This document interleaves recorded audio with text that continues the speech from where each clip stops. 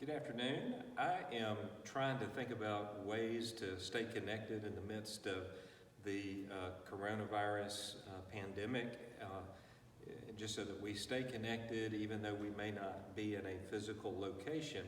So I want to try to do some things every day online to keep us connected. And so as I was reading this afternoon about some things, I came across a book that I've read several times all the way through, and I've got a series of books, and this is the name of it. It's called Fire on the Altar, Those Who Carried the Flame, and this is volume 1, and there are multiple volumes of the series. And in here it talks about John Wesley and Francis Asbury and George Whitefield, Jonathan Edwards, as well as many others. But one of the people that had a great deal of influence over Wesley was a man named Zinzendorf. And Zinzendorf was a leader of a group of Christians called the Moravians. The Moravians were a group of people in Germany, and they had a great deal of influence over Wesley, especially when he came to America as a missionary, and then he came back. He felt defeated. He felt as a failure, and so he even went and met with Zinzendorf himself. And he had other Moravian mentors. Peter Böhler was one of those as well. And the Moravians were some of the people that Wesley himself borrowed some of their methods, like the band meeting, for instance, which was a small group of people that met together for high level of accountability and prayer and that kind of thing. And so Wesley borrowed some of their methods for the early Methodist societies. But I was just rereading some of the accounts of Zinzendorf and some of the Moravian missionary movements that sprang from the Moravians. And they were one of the first groups to really send missionaries out. And one of the reasons they did is because much of that was birthed in prayer. Because what the Moravians were really known for is they birthed a 100-year-long continuous prayer revival. It just blows my mind to think that 100 years long, 24 hours a day, 7 days a week, people coming and praying for this prayer revival. That is really an amazing thing. So out of that, some missionaries were sent. And I'm going to read you some of this that's just fascinating. In fact, I read through it, I tear up because I'm thinking, where are the men and women today that have this kind of passion for bringing the gospel to lost people? And so let me read this. It was 3 a.m. in the morning of August the 21st, 1732, when Count von Zinzendorf drove 2 men in his carriage to the Copenhagen harbor. As they boarded a Dutch ship headed for the West Indies, he blessed them and said, "Go and do all in the Spirit of Jesus Christ." The men, John Leonard Dober, a potter, and David Nitschmann, a carpenter, were the first Moravian missionaries to go into the world. In less than a year, more than 200 would follow.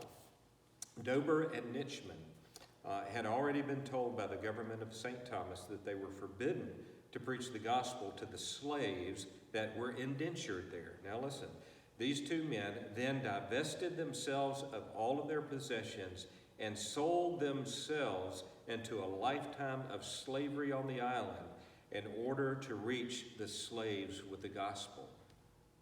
Can you imagine? They were told that they couldn't preach the gospel to the slaves, so they themselves became slaves so that they could preach the gospel to the slaves. That is an amazing passion to preach the gospel to the lost. As the ship sailed out of the harbor, they lifted up a cry that would become the rallying cry for all Moravian missionaries. May the Lamb that was slain receive the reward of his suffering. Their passion for souls was surpassed only by their passion for the Lamb of God, Jesus Christ. Soon, many others followed. What lay ahead of them was prison, shipwrecks, persecution, ridicule, plague, abject poverty, and death. These soldiers of the cross covered the earth like a flood. While back at Herrnhut, that's back in Germany, the hourly intercession, the prayer meeting, gave them strength to endure. 1732 to 1742 would become known as the Golden Decade, so far as missionary expansion was concerned. The missionaries were about to enter places that from the very beginning of time were controlled by principalities and powers. And those words, principalities and powers, come from Ephesians chapter 6. Those are demon spirits controlling geographical areas. These lords of darkness ruled unhindered for eons, dragging millions of souls into a Christless eternity. So into this deep darkness the Moravians came, shining the light of salvation. They boldly declared a name that was never heard of in those parts of the world, a name that reverberated from tree to tree, rock to rock, cavern to cavern, crevice to crevice, soul to soul, Jesus. The enemy was not going to give up his control. The missionary death toll was staggering. In Africa alone, the ratio of death to convert was one Moravian missionary's death for every 10 converts. Can you imagine sending one missionary to convert 10 people, and then that missionary succumbed to either disease or to the people there who took their lives? In New Guinea, it was even more shocking. 1 for 1. One missionary for every one soul won. In 1734, every ship that was leaving the harbor with 3 Moravian missionaries headed to the mission field would pass a ship that was returning carrying 2 Moravian bodies home to be buried. The life expectancy of those brave missionaries, especially those who went to Africa, was 2 years. That's right. And about every 2 years, they would usually succumb to unknown disease or risk or the savageness of the inhabitants they face. It is a documented fact that Moravians, this is amazing, listen to this. It is a documented fact that the Moravians would pack their belongings into coffins and then send those ahead so that they would have something to ship their bodies back home in. If they could save one person or a dying world, death mattered not. And I think about that today. I don't see that passion today. I don't see that passion in missionaries. I don't see that passion in pastors. I don't see that kind of desire to win the lost for Christ anymore. Where is that desire? We need revival. About 3 decades later, Count von Zinzendorf, on his deathbed, gazed through the haze into eternity and turned into the prison beside his bed and said, "What a formidable caravan from our church already stands around the Lamb." Now I must ask this question. When did these missionaries die? Listen to this. The answer is this.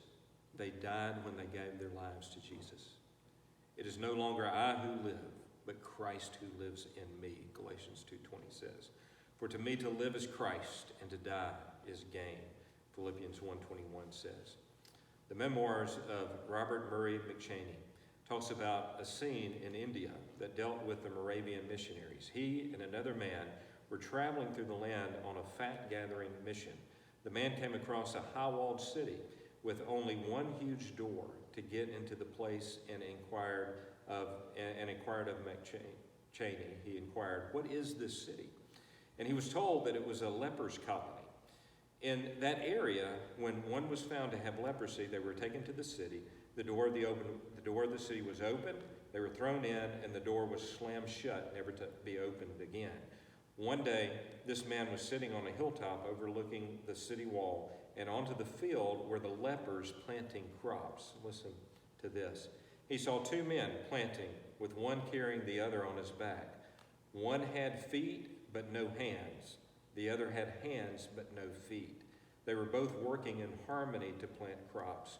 The one would take a step forward and make an impression in the ground, then step backward, so the one with hands could drop the seed into the impression. Then he would move forward and cover the seed so it could take root.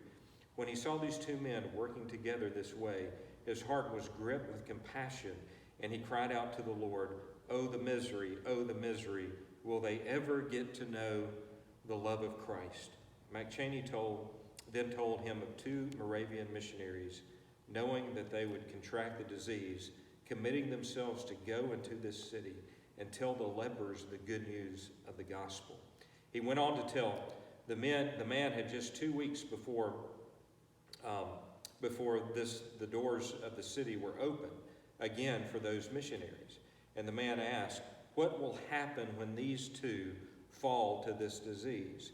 McChaney answered that there were already others who have lined up to be the next, just waiting for their opportunity to go preach the good news there. Those are some amazing stories of some of the first Christian missionaries ever.